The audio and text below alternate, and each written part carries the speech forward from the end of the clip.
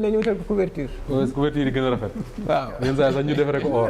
alors Pape ñu waxtaanee lu ñu prévoir tey muy suñu deuxième thème muy la justice. Le Conseil supérieur de la magistrature je crois que débattre nañ fi plusieurs fois ci penco et que ñun finalement li ñu doon wax moom le président de la République def mooy il ne faudrait surtout pas attendre de réformer la justice ci wàllu les documents les conclusions des assises doog a def le Conseil supérieur de la magistrature il faut le faire ce conseil là finalement def nañ ko en résumé Pape Sané lan lañ mën a jàpp ci décision yi nga xam ne moo génn ci conseil boobu la. Voilà déjà c'était une attente bi nga xam ne daanaka sénégalais yëpp boo leen wax ñu ne ñun lu ñu bëgg mooy qu'on ait comme le président nous l'avait promis durant la campagne une justice indépendante te justice boobu jàppoon nañ ne que pour ñun ñëpp enfin de manière populaire jàppoon nañ ne que amoon na ay acteurs yu fi nekkoon te pour que li ñu bëggoon def li président bi bëggoon def promettre ko Sénégalais yi il fallait procéder à des changements yooyu nag moom le président teg à travers le Conseil supérieur de la magistrature mu nekk son premier conseil il y a pas moins de 200 décisions. Le document c'est 17 pages je pense. Voilà. 17 pages. Il y a pas moins de 200 décisions. ba nga xam ne sax am na ci magistrat booy waxtaan ak ñoom ñu ne la am na ci sax ña nga xam ne waroon nañu am sax promotion mais affaire bi dafa volumineux ba nga xam ne finalement on est allé rek dans le sens de faire bouger les choses quoi.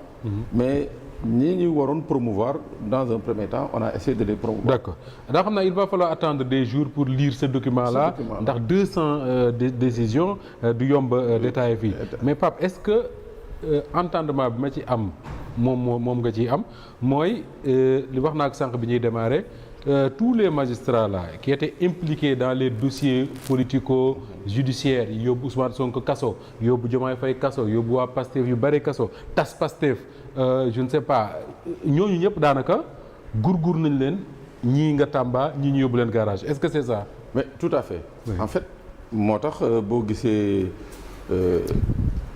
nit ñi perception yi mooy maanaam. attente bi ñu amoon boo gisee ci réseaux sociaux yi nit ñi ni ñu kontaanee woon. day rappeler un peu décision bi nga xam ne moom la fi juge bi nekk Ziguinchor jëloon. wala juge bi nekkoon. Thior jëloon fii c'est-à-dire ni ko nit ñi approprié bii it bi mu ñëwee noonu la ko approprié parce que boo ko xoolee la plupart des magistrats yi nga xam ne. ils étaient dans ce qu'on appelait le processus d'emprisonnement. Oui. De liquidation du Pastef. ñoom ñëpp daanaka ils ont été relevés ça c'est déjà quelque chose de salutaire c'était une attente bi nga xam ne une exigence bi nga xam ne moom la Sénégalais yi doon xaar léegi nag ci noonu on a vu également des gens yi nga xam ne des magistrats à un certain moment ils ont eu à prendre leur courage à deux mains jël ay décisions yi nga xam ne moom laa fàttali léegi. Sénégalais yi jàpp nañ ni que bi ñuy jël décisions yi wax fa dëgg yàlla ils ont rendu d'abord ils se sont rendu service à eux-mêmes mais ils ont rendu un bon service justement à Dame Justice donc ñooñu tamit gis nañ ni que ñu defal leen promotion. loolu d'accord qu'est-ce que ça veut dire quelque. Oui, vas-y. kon Maham Diallo. Doyen des juges Mamadou Seck juge d'instruction. Abdou Karim Diop procureur. El Hadj Issa Ndiaye mi nga xam ne moo àtte woon l'affaire Sweet Beauté. ñeent ñi ñoom ña nga Tamba.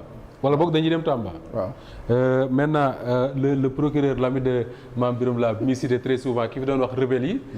moo fi waxoon ne rebelle 30 rebelles ñoo réer xaw ma. il s'appelle ko Amadou Diouf. Amadou Diouf waaw. Garage je crois comment est-ce qu'on dit ça. administration centrale loolu mooy garage rek. mooy garage de dépôt la garage ngay génn. non mais c'est à l'administration centrale ça peut être un poste de direction hein. Oui. Dépôt la laisse-moi essayer d'être sérieux. Alors l'ancien comment il s'appelle agent judiciaire de l'État moom également Cour suprême comme délégué avocat général délégué ou quelque chose comme ça comme dit Pape Makhtar ay dépôt la rek la alors mais il y a également le procureur de la République Karim Diop qui est remplacé par Ibrahima Ndoye réputation mooy c'est un magistrat rigoureux xaw ma ci leneen ci moom d'ailleurs l'affaire Médinatoul Salam mooy bi ñu faatee ñaari taalibe Cheikh Béthio Thioune yooyu moom la fekkoon mu nekk procureur bu Thiès.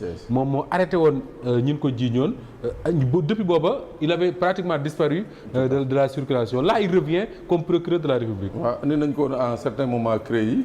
nekkoon na CREI. nekkoon na CREI mais quand les gens se sont rendus compte que ça allait être un peu difficile. parce que moom it c'est entre guillemets Ibrahima nga baal ma c'est une tête brûlée.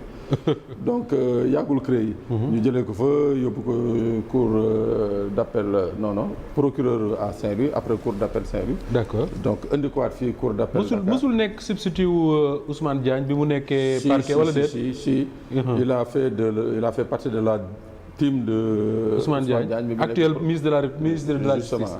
Il a fait partie de sa type donc voilà mu nekk un parquetier il faut le dire bi nga xam ne reconnu par ses pairs comme quelqu'un bi nga xam ne d'abord un jàngkat la parce que tamit le problème il faut le dire depuis pratiquement beaucoup d'années lii magistrats yi di case mooy que on retrouve rarement de bons parquetiers à la tête des parquets c'est-à-dire de bons parquetiers mooy des gens qui savent outiller qui savent défendre la nga xam ne moom lañ leen di confier comme mission. qui savent communiquer. am na également Pape une dernière chose bala ñu dem ci Ali Khoudia le xaw ma nu ko Macky Sall tuddee woon le pôle financier xaw ma le pôle xaw ma le parquet financier pôle financier Macky Sall moo ko tegoon mais là ñi ko war a animer Bassirou Diomaye Faye fal na leen. waaw tout à fait pour rappel Macky Sall dafa nommé woon déjà. am na ñu fa nommé woon am na ñu mu nommé woon président Bassirou bi mu ñëwee. daal di abrogé décret boobu ak décret président cour suprême exactement am na président aussi El Hadj Mansour Mbaye mooy l'ancien procureur général de la cour suprême bi nga xam ne wax fa dëgg yàlla je crois il le mérite vraiment au vu des témoignages yi nga xam ne ses pairs war def nañ ko mais ci wàllu pôle financier bi xam nga Moussa Wade ci am solo maa ngi koy fàttali keroog barki démb jeudi sama chronique ma ne en fait soo gisee ba tey jii audit yi ñuy wax nii wala yenn reddition des comptes mënul entamer c'est-à-dire il y a une loi qui a été votée et qui a consacré le pôle financier donc qu'est-ce qu'il fallait faire jël dossier confié au procureur de la République ñu retrouver wu sur des vices de procédure finalement donc la meilleure solution c'était d'attendre que le pôle financier soit installé ñu mën a jël baa du boo ko créer rek. non c'est à peu près la même chose sauf que c'est pas inquisitoire. D'accord. C'est un parquet quoi. Hein? C'est un parquet quoi. Ouais, c'est un parquet quoi. Ouais, c'est pas inquisitoire comme la CREI. Mais c'est à peu près les mêmes types. su ma la déggee ngay wax nga ne audit yeeg yooyu lii moo taxoon mënuñu ko woon a kii ça veut dire est-ce que ça veut dire que ñi doon les tenants de l'ancien régime seeni nelaw war naa jeex wala. Mais Moussa va tout à fait c'est-à-dire en fait. non Pape juru expliquer très rapidement. non c'est-à-dire les tenants de l'ancien régime. en fait tey jii képp ki nga xam ne da nga war a bokk ci reddition des comptes. war nga jàpp ni que préparer ses dossiers préparer sa défense. sa cumbukaay sa affaire yooyu. parce que da nga dem uyu ji là moom c'est sûr. si le parquet financier le pôle financier a été mis en place. les magistrats installés c'est sûr et certain que. pour ce qui est de la reddition des comptes. Pape Sané merci pour les éclairages alors Ali Khoudia Diaw maa ngi wax sànq ne tête yu bees yi 200 et quelques nominations la Pape wax day difficile nga mën a xàmmee ñëpp mais le ministre nga xam ne mooy Ousmane Diagne nekkoon procureur de la République lui-même waxoon na ni dañuy xaar ñu nommer des magistrats expérimentés comme dit Pape Sané